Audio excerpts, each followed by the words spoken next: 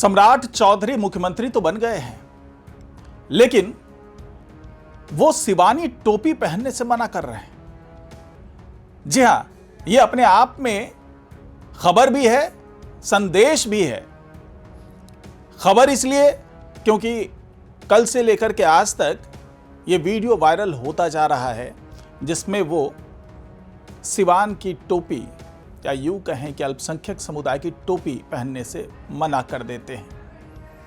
तो आखिरकार क्या उन्हें चिढ़ अल्पसंख्यकों से है या फिर वो सिवान से चिढ़ रहे हैं?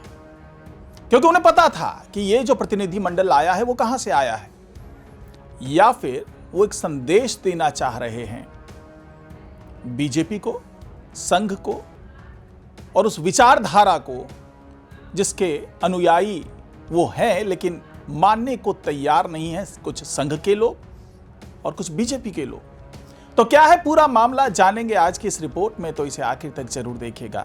नमस्कार, मैं हूं डॉक्टर सुरजीत सिंह और आप देख रहे हैं YBN बिहार झारखंड। अगर आपने अभी तक इसे सब्सक्राइब नहीं किया है, सब्सक्राइब कर लीजिए और अगर आपको ये वीडियो अच्छा लगे तो लाइक कीजिए, शेयर कीजिए और कमेंट जरूर कीजिए।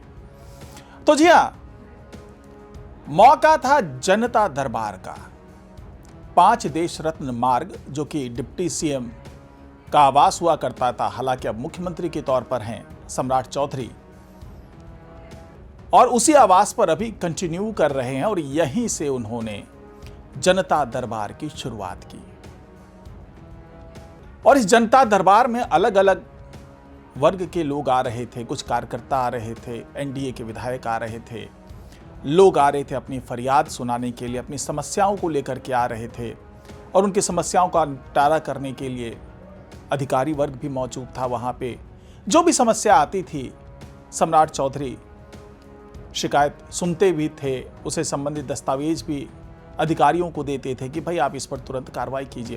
क्योंकि इससे पहले ही सम्राट चौधरी ने साफ साफ संदेश दे दिया था कि समस्या का समाधान जो है वो दोगुनी रफ्तार से करना पड़ेगा। अधिकारियों को साफ संदेश है, भ्रष्टाचार के खिलाफ जीरो टॉलरेंस। यह सब कुछ हो रहा था, आम नजारा था वहां पर। इसी दौरान एक शख्स आते हैं और वो अपने पास मौजूद एक टोपी पहनाना चाहते हैं सम्राट चौधरी को, लेकिन सम्राट चौधरी बहुत ही विनम्रता से उस टोपी को हाथ में थाम लेते हैं और उस टोपी को अपने पीछे खड़े सुरक्षा कर्मियों को ट्रांसफर कर देते हैं। पहनने से मना, बिल्कुल मना। उसके बाद उस शख्स ने इन्हें एक अंगोछा भेंट किया, उसको पहनाने की इजाजत दे दी सम्राट चौधरी ने।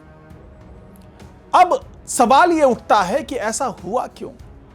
क्या सम्राट चौधरी आमतौर से ऐसा कोई, अगर कोई पगड़ी पहना रहा हो, कुछ पहना रहा हो तो पहनने से मना करते हैं? कोई भेंट लेने से मना करते हैं? या इसके पीछे कोई सोच है?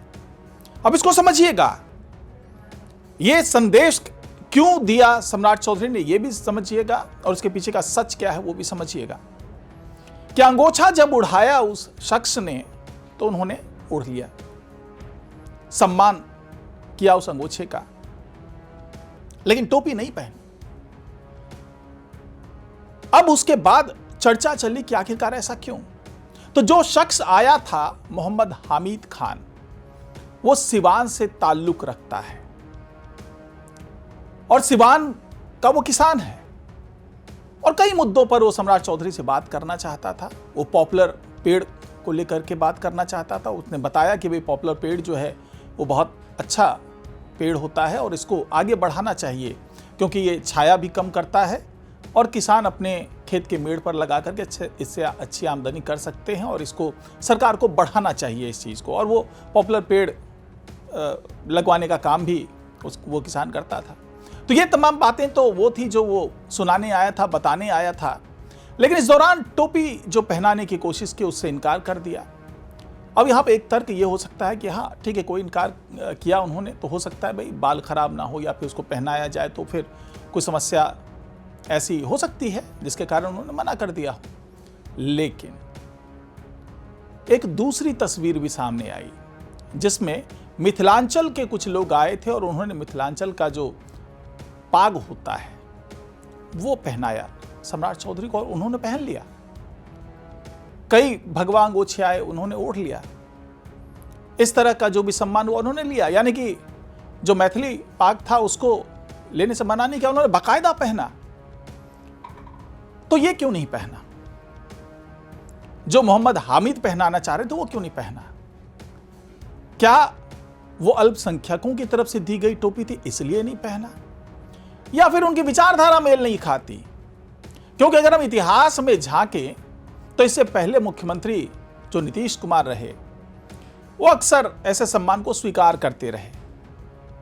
अगर 2005 से लेकर के 2020 तक का सफर देखें तो अक्सर वो जालीदार टोपी में भी दिखे, मुसलमानों ने जब भी पहना है वो उन्होंने पहन ली, और साथ ही टीके में भी दिखे।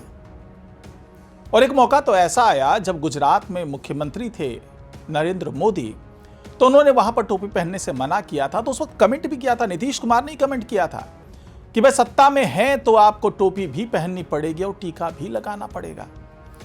और राजनीतिक विश्लेषक भी यही कहते हैं कि अगर सत्ता में है आप तो किसी के साथ पक्षपात नहीं कर सकते।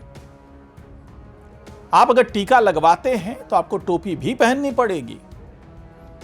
आपकी विचारधारा भले ही जो है वो किसी खास समुदाय से, संप्रदाय से, धर्म से जुड़ा हुआ हो सकता है, लेकिन आप अगर मुख्यमंत्री के पद पर हैं तो आपको सभी धर्मों के प्रति समान भाव व्यवहार रखना ही पड़ेगा और आप इनकार नहीं कर सकते। या तो आप इनकार करते हैं तो सब चीज के लिए इनकार कीजिए। आप मिथिलांचल की पाग तो पहनते हैं लेकिन सिवान की टोपी नहीं पहनते, तो यह एक दोहरा चरित्र दर्शाता, ये राजनीतिक विश्लेषकों का कहना है।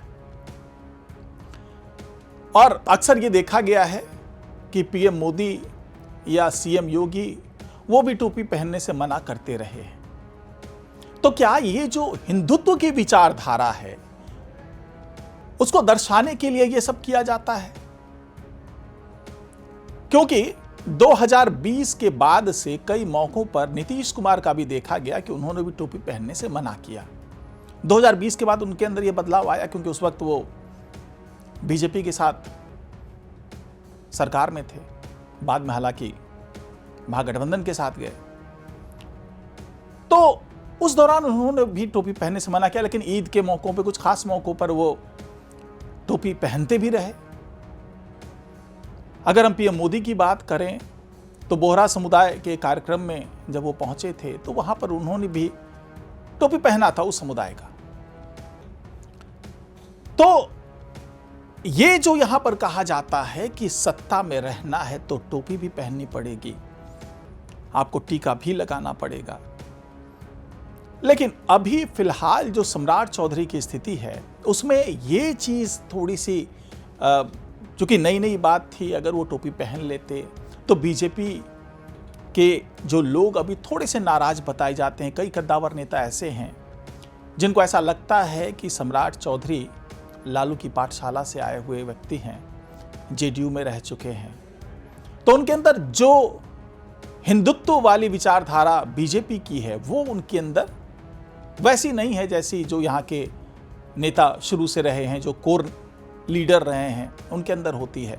साथ ही जिनके अंदर संघ की विचारधारा हावी है, क्योंकि अक्सर ये देखा गया है कि संघ के कार्यकर्ता बीजेपी का दामन थामते हैं। तो बीजेपी के जो भी नेता हैं, बड़े हैं, सीनियर हैं, जो शुरू से बीजेपी के साथ जुड़े रहे, उनके अंदर संघ की विचारधारा थोड़ी सी हावी रहती है। और संघ जो है उस विचारधारा के साथ अगर आप चलते हैं तो वो विचारधारा ऐसी है जो आपको टोपी पहनने से रोकती है। तो क्या सम्राट चौधरी ये संदेश देना चाहते हैं कि मेरे अंदर भी वही विचारधारा है, मैं उसी संघ का अनुयायी हूं, मैं यही बीजेपी का कट्टर नेता हूं जो उसके विचारधारा को ही आगे लेकर के चल रहा है? क्या ये संदेश देने की कोशिश की सम्राट चौधरी ने? या फिर जो दूसरी सोच कह रही है कि चूंकि वो व्यक्ति सिवान से आया था और सिवान में आजकल जमकर के कार्रवाई चल रही है, वहाँ रघुनाथपुर के जो विधायक हैं शहाबुद्दीन के बेटे उसामा शहाब, उसके खिलाफ कार्रवाई चल रही है, उसके खिलाफ 2-2 एफआईआर दर्ज हो जाता है। तो क्या एक संदेश देने की कोशिश की गई थी कि सिवान के प्रति मेरी जो भी हमारा जो रुख है उसमें नरमी नहीं आएगी, और यही संदेश देना चाह रहे थे कि मैं सिवान की टोपी नहीं पहनूंगा। हालांकि ये बड़ा ही सतही सा मामला है, लेकिन ये जरूर है कि सम्राट चौधरी ने जिस तरीके से टोपी पहनने से मना किया, उसके माध्यम से वो एक संदेश देना चाह रहे थे कि मैं कट्टर बीजेपी का कैडर हूं और उसी की विचारधारा को आगे बढ़ाऊंगा, चाहे उसमें तुष्टीकरण को नकारना पड़े तो वो भी नकारूंगा, चाहे भगवा को आगे बढ़ाने की सोच लानी पड़े तो वो भी लाऊंगा, चाहे संघ की विचारधारा को आगे ले जाने की जिम्मेदारी सौंपी जाएगी तो उस जिम्मेदारी को भी निभाऊंगा। ये एक पूरा संदेश इस टोपी नहीं पहनने के पीछे वो देने की कोशिश करते हुए नजर आए। तो फिलहाल आज की रिपोर्ट में इतना ही। नमस्कार।